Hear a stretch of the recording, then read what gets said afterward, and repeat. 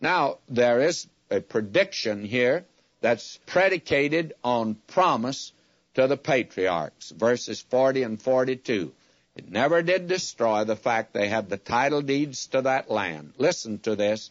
If they shall confess their iniquity and the iniquity of their fathers with their trespass, which they trespass against me, and that also they have walked contrary unto me, and that I also have walked contrary unto them, and have brought them into the land of their enemies. If then their uncircumcised hearts be humbled, and they then accept of the punishment of their iniquity, then will I remember my covenant with Jacob, also my covenant with Isaac, and also my covenant with Abraham will I remember, and I will remember the land. Now, friends, this is a remarkable prophecy.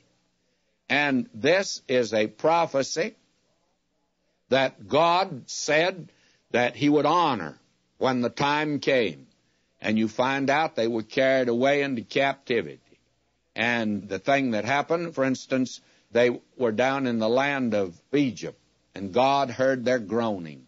And God remembered he'd made a covenant with Abraham, Isaac, and with Jacob. And then he put them in the land. And he said, now, if you obey me, why, I'll keep you here. If not, the generation that's living will have to leave the land. But I'll bring them back, because God says, if they remember me in the land where they go. And that's down yonder in the land of Babylon. There's a young man by the name of Daniel. And for 70 years he prophesied there. And then he turned to God in prayer. And you know what he did? He turned his face toward that city, and he began to confess his sin and the sins of his people.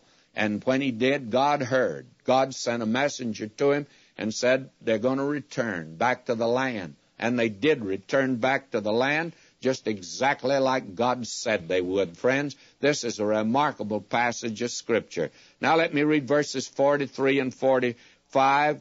The land also shall be left of them, and shall enjoy her Sabbaths, while she lieth desolate without them, and they shall accept of the punishment of their iniquity, because they despise my judgments, and because their soul abhorred my statutes. And yet for all that, when they be in the land of their enemies, I will not cast them away, neither will I abhor them to destroy them utterly, and to break my covenant with them, for I am the Lord their God. Now, are you going to try to tell me today that God is through with the nation Israel? Then read this through again and tell me whether you believe God means what he says. God says he's not through with them at all.